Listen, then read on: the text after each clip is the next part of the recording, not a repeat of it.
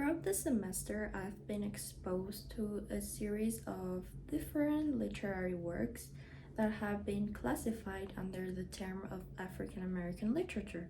That's basically what this class is called. So there's this great amount of works in the form of poems and short stories that have greatly changed the way in which I had at first conceptualized this class as and how I view this topic now. To begin, it's important to understand what the author Kenneth Warren argued in What Was African American Literature, where he describes this type of literature as something that was produced during a certain period of time, which was from times after slavery up until the 1960s, where segregation was put to a stop in the United States. He said that beyond this period, what is produced cannot be called African American literature because authors did not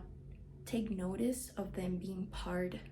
of the same group or ancestry enough for them to be classified under the same literary components.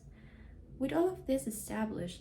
from my point of view, the discussion posts and essays that I've done for this class have certainly been focused on highlighting the idea of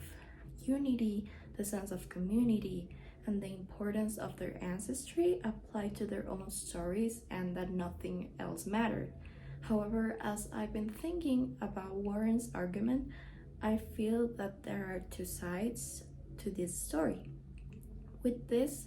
I'm trying to say that there does exist a diversity of literature produced by African descended people, and it shouldn't really be classified as the same thing. However, I do still believe that there is a connection between these different authors.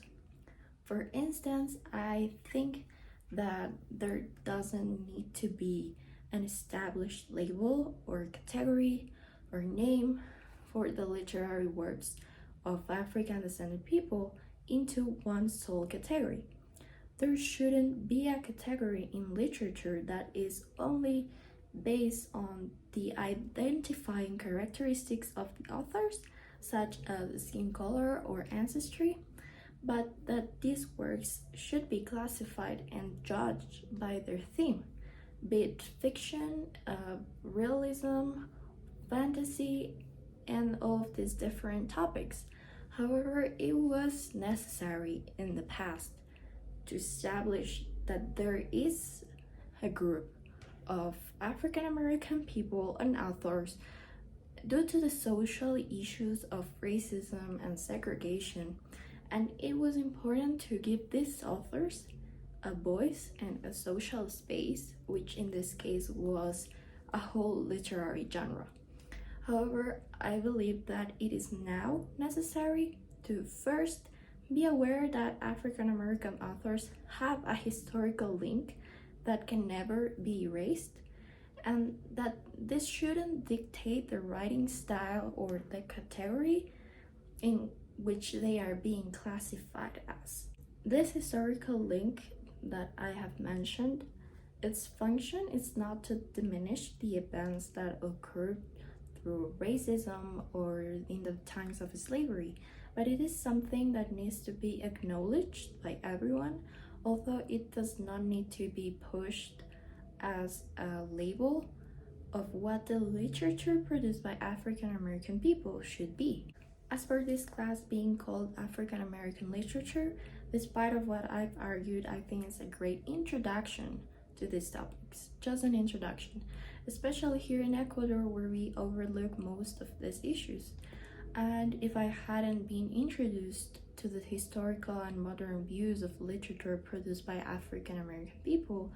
I would not have been able to claim the things that I've just said. Therefore, I do believe that there's something that binds these writers together, as much as I also believe that the literature they produce, it's way too diverse to be labeled into the same literary box, instead of just being aware that there does exist a shared story and ancestry, and to just classify the genre of what they write into what its main topic actually is.